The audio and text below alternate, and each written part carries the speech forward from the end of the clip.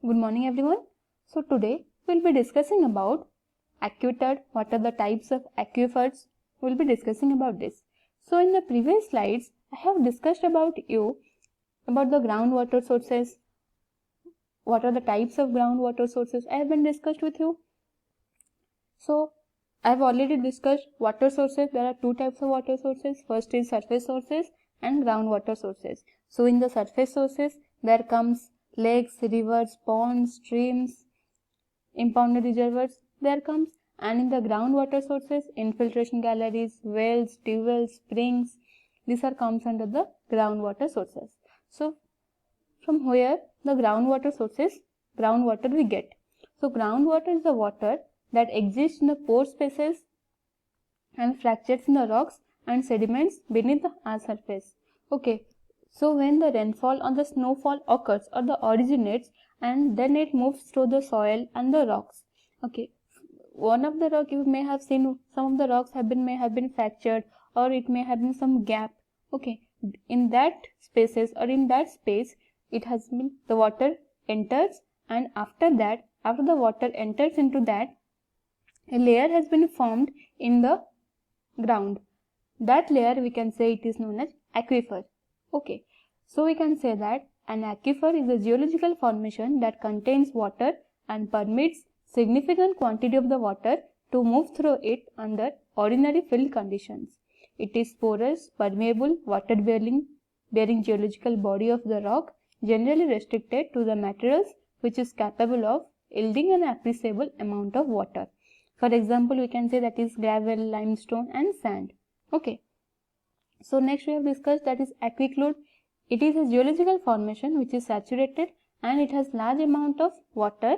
It can contain large amount of water. Because of its high porosity, it cannot transmit the water as it is relatively impermeable. I have told what is permeable and impermeable. Permeable means the water which passes through the rocks, that is known as permeable rocks, and the impermeable means the water which does not passes through it.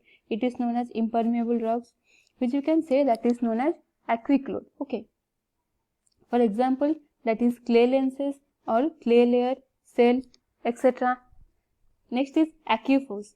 Aquifers means it is a relatively impermeable formation with no interconnected pores and hence neither containing nor transmitting the water. It has very low porosity and the low permeability. For example, we have basalt and granite. Okay, so it has no interconnected pores and it neither contains or not transmit the water. So it has very low porosity and low permeability. So next we will discuss about today aquitard. Aquitard means it is a saturated geological formation which is poorly permeable and hence it does not yield water freely to oils.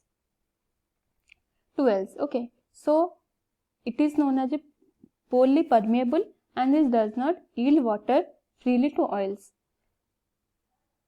It may transmit vertically appreciable quantities of water to or from adjacent aquifers. Okay, so it can transmit vertically the quantities of water to the aquifers. Okay, and it is because it is purely permeable, and so it can send the water to the aquifers. Okay, so it can send or it can transmit the vertical quantities of water to the adjacent aquifers. So for example, we have clay lenses interpreted with sand, or we can say that is sandy clay. Okay, so next we will be discussing that is about what are the types of aquifers. So aquifers, there are two types, that is unconfined aquifers, that is known as non-artesian aquifers, and second is confined aquifers, that is known as artesian aquifers. Okay, so in the first we will be discussing about unconfined aquifers, that is we can say that is non-artesian aquifers. An aquifer having water table in it is called unconfined aquifer. You can see here the diagram I have been shown here, the aquifer having the water table. Okay, this is the water table. This is known as unconfined aquifer. For this aquifer, water table serves as the upper surface of the zone of saturation while a less permeable or essentially impermeable layer defines its lower boundary. And the impermeable layer underlying an unconfined aquifer may be made up of clay, shell, limestone, igneous rocks, or bedrock. Okay, an unconfined aquifer is also known as free aquifer, water table aquifer, or non-attention aquifer. Okay, so we can also say that it is also known as non-attention aquifers. An aquifer also having the water table is also known as unconfined aquifer, and in this aquifer, water table serves as the upper surface of the zone of saturation, while it is a less permeable or essentially impermeable layer. Okay, and this impermeable layer underlying an unconfined aquifer may be made up of clay, limestone, igneous rocks, bedrocks, etc.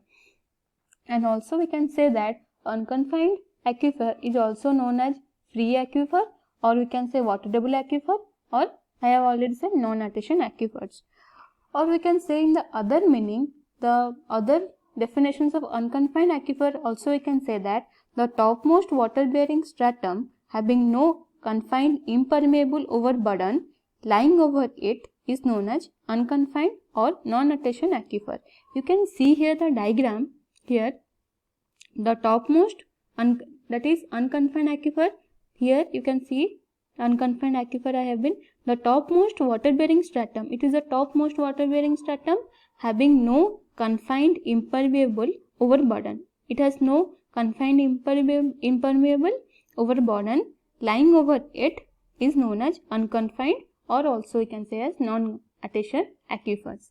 Okay, so next we will be discussing about that is confined aquifers or attention aquifers. Confined aquifers is also known as attention aquifers.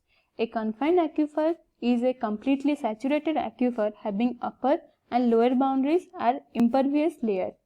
A confined aquifer is separated from the atmosphere by a relatively impermeable confining rock, which can be occurred as an aquifuse, aquiclude, or aquitard. The wells penetrating such an aquifer are known as attention and flowing wells, and in such wells the water level will rise above the bottom of the confining bed. A region supplying the water to a confined aquifer is known as recharge area. That is, water may also enter by leakage through a confining bed.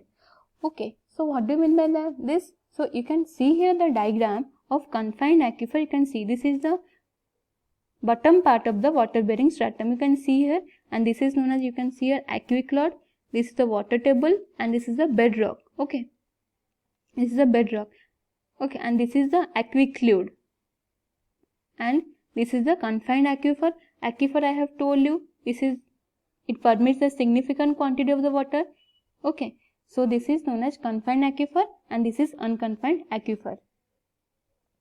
So in the confined aquifer, it is a completely saturated aquifer having the upper and lower boundaries are impervious layer, and it is separated from the atmosphere by relatively impermeable confining rock, which can be occurred as an aquifuse, aquiclude, or aquitard. And the wells penetrating such an aquifer are known as attention. We can say it is an attention aquifer, and the flowing wells, in such wells the water level will rise above the bottom of the confining bed. A region supplying the water to a confined aquifer is known as recharge area. Where the water has been supplied, that is a region. A region supplying the water to a confined aquifer is known as recharge area. Okay, water may also enter by leakage through a confining bed. Water may also enter by leakage of the rocks or by leakage of the soil or some of the pores through a confining bed. So also it is another meaning definition we have of the confined aquifer, that is, when an aquifer is confined on its upper and under surface by impervious rock formation, it is broadly inclined so as to expose the aquifer somewhere the catchment area is high level. Okay, so we can say that when an aquifer is confined on its upper layer and under surface by the impervious rock formations, that it is broadly inclined to expose the aquifer, that is known as confined aquifers. Okay, also we can say that is an artesian aquifers. So next we will be discussing about infiltration galleries in the next slides. Thank you.